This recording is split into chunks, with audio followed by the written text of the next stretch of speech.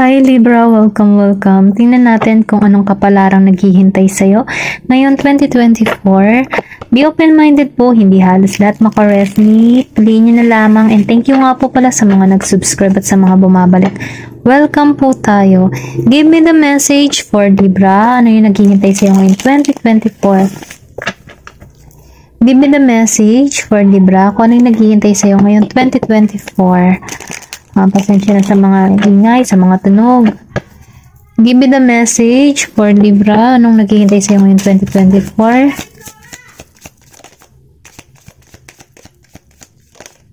So, itong kumawala, meron ditong King of Wands. Alright.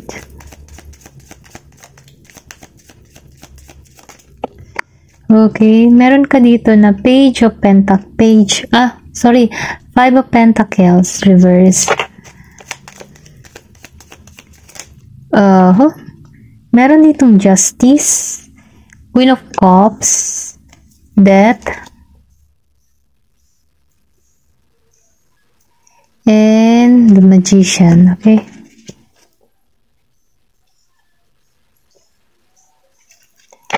Give me the message for Libra.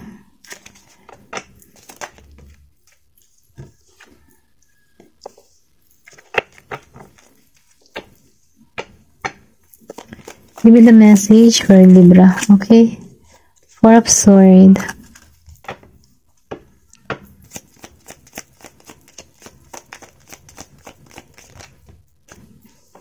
The Lover reverse.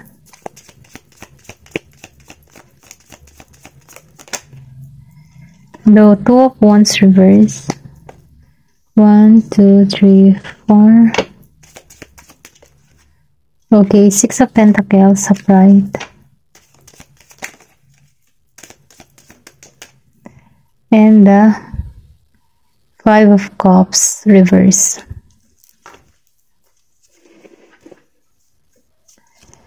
Okay, January, February, and March 2024. Nafe-feel ko dito sa January, handa ka na, okay? Kung maghaharapin mo yung taon ng malakas ang loob mo, handa ka na sa panibagong challenge na parating sa'yo. Nakikitaan ko dito na nakatuon ka ngayon sa goal mo, meron kang gustong gawin, meron kang gustong likhain, or pwede rin sabihin na may pag-alab. Kumbaga yung interest mo, umaalab talaga yung minimithi mo. Ito yung nararamdaman ko. Meron kang tapang at lakas ng loob na harapin ang 2024 or sabihin natin sa mga challenge, kumbaga handang-handa ka. Ganun ka darating ng 2024 na positibo ka. Okay, ito yung nafe-feel ko. Talagang walang magpapapigil sa'yo, walang magpapatinag sa'yo. Hindi ka dito basta-basta mapapasuko. Ganun yung energy mo dito. And then by February, nafe-feel ko dito na malalampasan mo yung unos ng buhay. Kumbaga, nakikitaan ko dito na, kasi before nakikitaan ko dito na maybe kapos ka sa kaperahan, kapos ka sa financial pero ganun pa man nararamdaman ko dito na tapos na. Okay, kung before, bago ka makakita ng pera, yung parang kulang, nakikita ko dito na sobra na yung kita mo, okay? Kumbaga, magkakaroon ka dito ng stability na maaayos, okay? Para ba yung tipo na papasok sa yung taon na merong kang blessing, may hawak-hawak ka na pera na kung saan merong ditong sobra. Ganon yung nararamdaman ko dito. Then, by March, nararamdaman ko dito sa March, meron ditong justice na para sa'yo, or pwede rin sabihin na humihiling ka before ng hustisya sa mga nagaganap sa iyong buhay. Nakikitaan ko dito na papabor sa'yo ang hustisya. Kumbaga, yung kapalaran na yung kikilos para sa iyong sitwasyon, sa iyong sa iyong mga naranasan, kung ano yung mga masasakit na karanasan mo, yung kapalaran na, sigad na yung kikilos para sa'yo. Kumbaga, nafe-feel ko din dito na pinaubaya mo na lahat sa kanya. Ganon. Then, nakikitaan ko dito na nagiging kang balanse, or pwede rin sabihin na humahanap ka ng balanse. Kasi Libra ka, diba?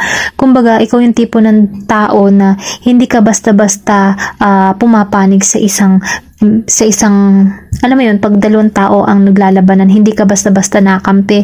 Kumbaga, no, tinitimbang-timbang mo muna yung sitwasyon bago ka kumampi. Ganyan nararamdaman ko. Then, handa kang ikat kung sino yung mga tao na hindi nakakatulong sa'yo, kung hindi yung makakabuti para sa'yo, ikinakat mo ito ng maayos. Ganun ka. Ito lang nararamdaman ko, or pwede rin sabihin na tatanggalin ka dito sa mga masasakit na experience na kung saan ano, meron ditong pagbabagong magaganap sa'yo. Okay? Then dito, no, April, May, and June. Nafe-feel ko dito na andito ka sa moment, ano, Queen of Cups, na kung saan, ano, nagiging kang panatag, nagkakaroon ka dito ng kaliwanagan, nagiging kang stable sa iyong financial. Then nakikitaan ko dito na masaya ka kung anong meron ka. Meron kang abundance na parating. Kumbaga, nafe-feel ko dito na maalisan mo yung mga bagay na nagpapahirap sa'yo. Kumbaga, no, handa ka ng sumubok ng panibagong simula, handa ka ng makipagsapalaran muli na may tapang at lakas ng loob. Ito lang yung nararamdaman ko. Kasi nakikitaan ko dito sa Queen of Cups na may kapanatagan ka. Kumbaga, no, napuno ka ng iyong pag-asa, and then nararamdaman ko dito na hindi ka nagpapa-apekto sa mga bagay-bagay kasi nakikita ko dito ng paglago. May growth na nangyayari sa'yo. Okay? Ito yung nararamdaman ko by April. Then May, May and June. Nafe-feel ko dito sa Mayo. Ito na yung simula para sa'yo, new beginning. Kasi death na siya eh. Kumbaga, natapos na yung mga masasakit na experience mo. Then, humahanap ka na ng panibagong pananaw, panibagong adhikain para sa iyong sarili. Kumbaga, nararamdaman ko dito na nakatuon ka sa iyong kalusugan, na nakatuon ka sa iyong paglago, nakatuon ka sa iyong bagong routine, na nagkakaroon dito ng transformation na kung saan may paglago. Okay? Kumbaga, nagiging kang abundance para sa iyong sarili kasi natututunan mo ng mahalin yung sarili mo, pinoprotektahan mo yung sarili mo, pinoprotektahan mo yung physical mindset mo, yung ganun ba? Ito nararamdaman ko. Napoprotektahan mo yung mindset mo, okay? And physical mo. Ganun ka. Ito yung nararamdaman ko. Then, pagdating ng June, nararamdaman ko dito na meron ka ditong mawi-wish or mag-grant. Yung tipo na meron kang hiling na marireceive na kung saan dito na ipagkakaloob sa'yo yung biyayang iyon, kung ano man yung hinihiling mo. Then, nafe-feel ko dito dahil meron ditong transformation na naganap sa'yo, may pagbabagong nagaganap sa'yo, may paglago, okay? Then, nakikitaan ko rin dito na may bahay. Maybe, nagpaplano kang maglipat ng bahay or nagpaplano kang magpagawa ng bahay. Then, nakikita ko rin dito na may lupa. So, ibig sabihin, meron kang kalupaan or pwede rin sabihin na nagpaplano ka about sa kalupaan mo. May farm. Meron ditong farm. Na kung saan ito yung hinihiling mo na marireceive mo ito. Ito lang nararamdaman ko. Ipagkakalob sa'yo. Dahil itong buwan na to, nararamdaman ko na malakas yung power of manifestation mo, na kung saan, kung ano man yung mga hinihiling mo, makakamtan mo to. Okay? Sinasabihan ka dito, maniwala at magtiwala ka sa Diyos, manalig ka, dahil ipagkakalob sa'yo kung ano yung minimithi ng puso mo. Okay? Then dito, nakikitaan ko dito na nasa ba tayo? April, May, June, July, August, and September. Seven of Pentacles. So, ito na nga, dahil meron ditong kalupaan, maybe meron kang farm or pwede rin sabihin, meron kang mabibiling lupa, may pamanang lupa, okay? Na kung sana, nakikitaan ko dito ng pag-aani. Meron ditong pag-aani kang marireceive or sabihin natin na lahat ng mga pinaghirapan mo ay magbubunga na. Ito na yung nafe-feel ko, marireceive mo na to, mamimitas ka na ng iyong bunga. Yung tipo bang gano'n, yun? Kung ano man yung mga ginawa mo o tinrabaho mo nitong past, nakikitaan ko dito na meron na ditong pag-aani, may pamumulaklak na, may pamumukadkad na kung saan may stability ka na dito, okay? Four of Swords, na-feel ko dito, nandito ka na sa moment ng pagiging kalmado kasi nagkakaroon ka na dito ng klaro na yung pag-iisip mo, then na-feel ko din dito na may relax ka na, nakakapag alam mo yun, yung emotion mo dito, relax na, hindi ka na stress, ganon. Kumbaga, nafe-feel ko dito na pinagpapasuggest mo na lahat ng mga problema na nararanasan mo kasi nakikita ko dito, mas pinagtutuunan mo yung relax. Yung pagiging mong relax at kalmado, yung kapayapaan kaisipan mo. Ito yung wish mo magkaroon ka ng kapayapaan, yung puso kaisipan mo. Ito yung nararamdaman ko. Then dito, sa The Love Reverse, yung iba sa inyo, nakakaranas dito ng, matinding pagsubok about, sa larangan ng pag-ibig, ano. Pero ganun pa man, ano, para maiwasan tong ganitong pagdating ng ganito, kasi lumabas ang The Lovers Reverse. May pagsubok lang dito, pero maayos pa ito, no? Kailangan lang dito ng komunikasyon, or pwede rin sabihin, dahil pagdating ng October, meron ditong aalis. Maybe meron kang kapareho, kapartner sa buhay na magpaplanong mag-abroad dito, na kung sana, no, kaya lumabas ang The Lovers Reverse, may pagkakalayo, okay? May pag-alis. Ito rin na-feel ko, dahil lumabas ito, sa October, September to October, nararamdaman ko dito na may pagkakalayo, may paglayo, may pag-alis, may travel na gagawin, na kung saan, ano, makakaramdam ka dito ng kalungkutan, feeling lost ka. Pero ganun pa man, ano, kailangan lang dito ng malalim na komunikasyon. Kahit malayo kayo sa bawat isa, kailangan yung connection ay laging naandyan pa rin. Para nang sa ganun, no, yung init ng pagmamahalan, andyan pa rin kahit malayo ang bawat isa, okay? Then dito, no, November and December, nafe-feel ko dito na merong tulong, or pwede rin sabihin, ikaw yung tipo ng tao na matulungin. Ikaw yung tipo ng tao na hindi ka madamot sa kapwa. Once na ikaw ay merong mga biyaya or blessing na nare-receive dito, i-share mo to sa tao. Dahil doon, ano, sa pagiging mong ganun, mas maraming blessing ang parating sa'yo. Then, lumabas si 5 of Cups by December. Nafe-feel ko na hindi ka na magtutuon dito sa mga masasakit na experience na naranasan mo. Kumbaga, lumubog na to, kumbaga, naalisan mo na to, Pero ganun pa man, ano, kahit may mga pagsubok kang nararanasan, nakikitaan ko dito na matibay ang kalooban, tumatayo ka pa rin dito, at hindi ka nawawalan ng pag-asa. At yun ang magandang sign, kasi hindi ka nawawalan ng pag-asa, okay? Dahil doon, ano, mas lalong na nagiging matatag yung faith mo kay God, at sinasabihan ka dito, no, lagi kang manalangin. Nang sa ganun, yung magagandang nabasa natin ay maganap sa buhay mo. Okay? Tingnan pa natin kung ano pa yung mensahe para sa'yo. Give me the message for Libra, please. Ano yung kanyang love reading?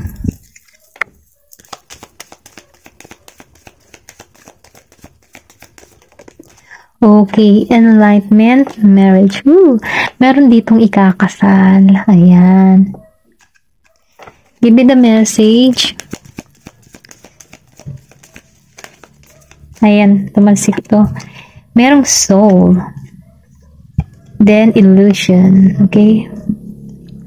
Sinasabihan ka dito, no, na sundin mo yung puso mo.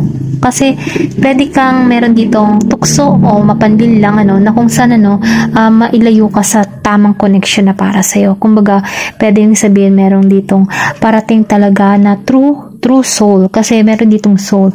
Sinasabihan ka dito, no, na preparing for reconnect, trust in the process. Kailangan mo lang dito magtiwala sa process, kasi meron ditong soul na magko-connect sa iyo. Kumbaga, sinasabihan ka dito na kailangan mo ditong mag-isip ng maayos, kasi may illusion, meron ditong panggugulo para hindi ka magtagumpay sa love or sa relasyon na minimiti mo. Kailangan dito na kailangan mong i-attract kung ano talaga yung gusto mong relasyon. Kung isa ka man single, no, i-manifest mo kung ano yung gusto mong relasyon, kung ano yung hinihiling mo, no, ito yung i-manifest mo, dahil ito yung ma-attract mo. Meron ditong marriage, so ibig sabihin meron ditong union, meron ditong pagkikita, kumbaga ituturo ka sa divine counterpart mo na kung saan maglilid to sa marriage. Kasi nakikitaan ko dito na trust the process. Magtiwala ka daw sa process. Then nakikitaan ko sa enlightenment, magkakaroon ka dito ng kaliwanagan. Sa pagiging kasi nakikita ko dito, with enlightenment, there is no separation. We recognize that we are one with the divine. Kumbaga, kung hindi kayo naghiwalay, hindi ka magkakaroon dito ng kaliwanagan. Kasi, once na naghihiwalay ka or nakipaghiwalay ka, kung alam mo nasasaktan ka na sa taong yun, dun papasok yung kaliwanagan. Dun ituturo sa iyo kung ano yung tamang path na gagawin mo, kung ano yung tamang decision na gagawin mo. Kasi, pinibigyan ka dito ng kaliwanagan. Dahil ituturo sa iyo yung divine counterpart mo kung ano talaga yung para sa'yo, okay? Nakikita ko dito magkakaroon ka dito ng kaliwanagan. Give me more information. Meron ditong learn. So, ibig sabihin, sinasabihan ka dito na marami kang natutunan sa past experience mo, sa past relationship mo, na kung sana nagkakaroon ka ngayon ng kaliwanagan.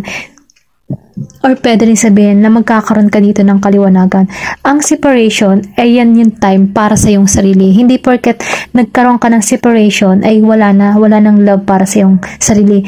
Kumbaga, yung separation na nangyari sa iyo, kung nasaktan ka na before sa mga past relationship mo, yung separation na nagganap sa iyo ay para yon ay makukonect yung sarili mo para sa iyong sarili. I mean, yung i-connect mo yung love mo para sa iyong sarili. Kasi once na nagkakaroon tayo ng separation, nawawalan tayo ng tiwala, nawawalan tayo ng love. Kumbaga, nagmumukmuk tayo, na-stuck tayo sa sitwasyon. Pero yung separation na yan, meron niyang magandang simbolo na kung saan yung separation na yan, magkakaroon ka ng kaliwanagan para sa iyong sarili, para mahanap mo muli yung sarili mo, para magkaroon ka ng kaliwanagan para sa iyong sarili, at para malaman mo yung halaga mo bilang ikaw. Okay? Yun yung ibig sabihin ng separation. Hindi porket separation, may sinisisi ka, nagre-rebelde ka, hindi dapat ganun. Kasi yung separation na nagaganap ay dahil yun ay para makita mo muli yung sarili mo, dahil binibigyan ka ng time ni God para, alam mo yun, para sa iyong sarili. Binibigyan ka ng oras na pahalagahan mo yung sarili mo. Okay? Para malaman mo kung ano talaga yung halaga mo. Ganon yung para sa akin ng separation. Okay? Kasi hindi ka naman isi-separate ni God sa isang tao kung ito talaga ay para sa'yo or hindi ito para sa'yo. Okay? Kasi once na hindi kayo nagse-separation, yun yung para sa'yo, yun yung ibinigay sa'yo ni God. Pero once na dumating yung separation, ibig sabihin nun, tatanggal ka lang doon sa ganong way. Okay? Tinatanggal ka doon sa ganong tao kasi meron siya talagang ibibigay at pagkakalab sa'yo. Magtiwala ka lang sa process niya. Okay? Ito na yung nakikita ko. Give me more information.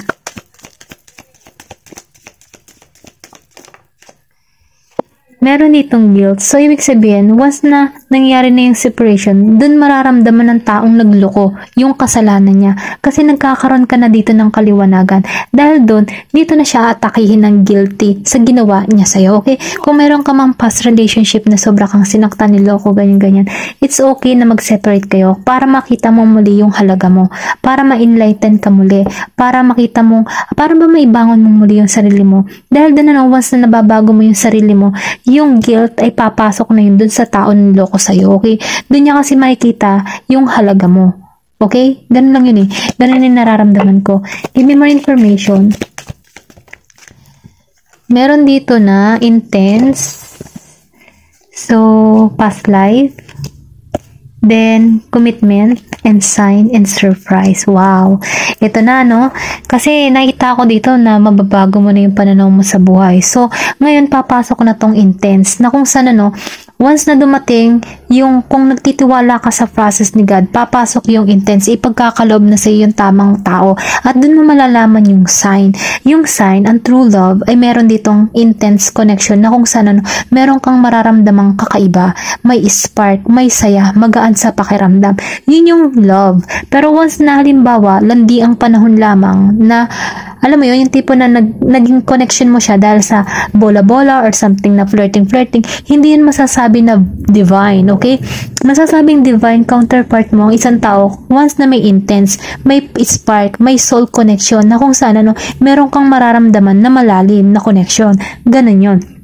Then, nafe-feel ko dito na meron ditong commitment na parating sa'yo na kung saan na maglilid to sa successful relationship. Then, past life, nafe-feel ko dito na meron na kayong connection in the past life. Maybe, binuhay muli kayo nito sa panahon ito, or pwede rin sabihin, nabuhay na kayo nung unang panahon pa na kung saan binuhay muli kayo dito para patuloy yung connection na meron kayo before kasi hinahanap niyo yung bawat isa eh. Ito yung nararamdaman ko. Then sinasabihan ka dito sign, magikang sabihin natin na tingnan mo yung mga sign dahil meron ditong miracle na mangyayari sa'yo. Then sinasabihan ka din dito sa sign na yung sign, mararamdaman mo yung sign once na magaan yung pakaramdam mo sa tao. Parang may something. Parang mararamdaman mong siya na to. Yun yung sign. Then nafe-feel ko din dito, yung sign, ituturo ka niyan kung alin yung true love para sa'yo. Then dito, surprise. So, surpresahin ka ni universe. So, surpresahin ka na ito pala yung para sa akin. Kaya pala ako nakaranas ng separation dahil merong surpresang naghihintay sa akin na ito pala yung ipagkakalob niya sa akin. Okay? Ganon yung marriage. Ganon. Ito na yung nafe-feel ko Ito lang yung mensahe para sa'yo, no? Kung ikaw may nakaranas ng separation at nasaktan ka, hindi dahil para pahirapan ka. Ibig sabihin ng separation na nagganap sa'yo ay para makita mo muli yung sarili mo, para i-connect mo yung sarili mo sa sarili mo. I mean, kung palalaliman natin, para makita mo muli yung halaga mo, okay? Nang sa ganun, para mabago kang muli. Kasi binabalik ka muli ni God, binubuo kang muli ni God para makita mo yung halaga mo bilang isang tao. Dahil doon doon napapasok yung para sa'yo. Meron siyang sign na ibibigay sa'yo. Ayun, yun lang yung nararamdaman ko. Ayan, hanggang dito na lamang po. Thank you for watching and love and peace. Thank you for watching Glow and Peace.